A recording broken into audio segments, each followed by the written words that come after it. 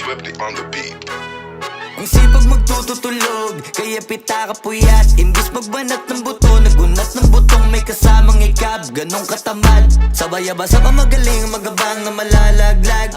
At nagtataka ka pa kapag sabay sa mawala ka na nakakapkap. Clap, clap, clap, ang hilig mo sa teka muna. Kaya imbis sa lapian nakuha mo muta. Punto ko sana makuha, na baka sa kakahiga mo ay diyan ka makuba.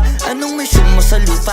Magpatigas ng batuta, paramihin ang populasyon. Ganyan ba talaga pag walang ambisyong mataas? Di nalulula, buti patupa, napapastol. Ikaw puro angas tol, halata nagpapanggap pagda sa labas ng door. Iba-ibang palabas, kaya madalas mag-mall.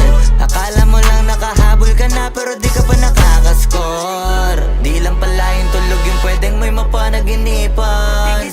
Di rin pwede na lahat ng gusto idaan sa hilingan. Pag may nahiligan, di madali yan. Ba't di pagigilan? Sige, ikay magpursige kasi di pa huli.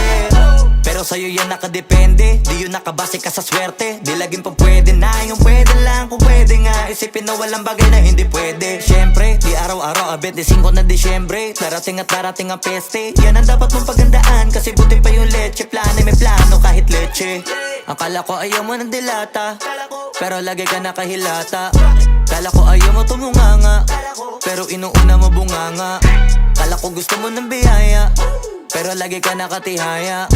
Sarili mo din ang dinadaya, kasi sa katamaran mo siya niyaya. Dapat kasi di ka pumapayag, ikaw din naman na mahihirapan. Tsaka ikaw din namang hihinayang sa masasayang.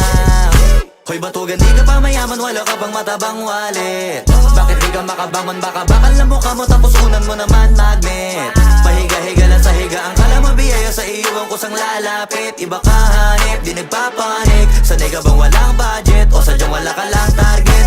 Yung iba namang mga tamad ay meron din kakaibang mindset.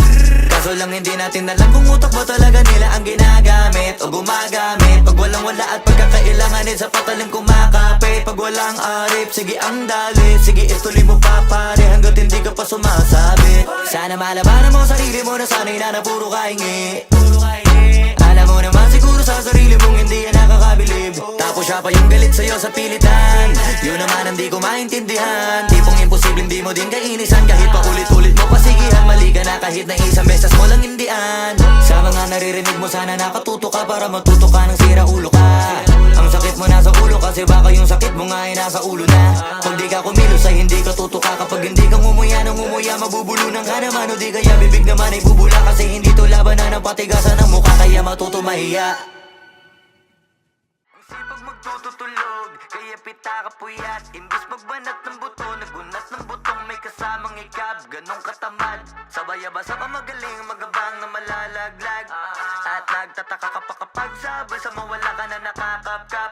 Clap, clap, clap, ang hilig mo sa teka muna. Kaya imbis sa lapian nakuha mo muta. Punto ko sana makuha, na baka sa kakahiga mo ay diyan ka makuba. Anong mission mo sa lupa?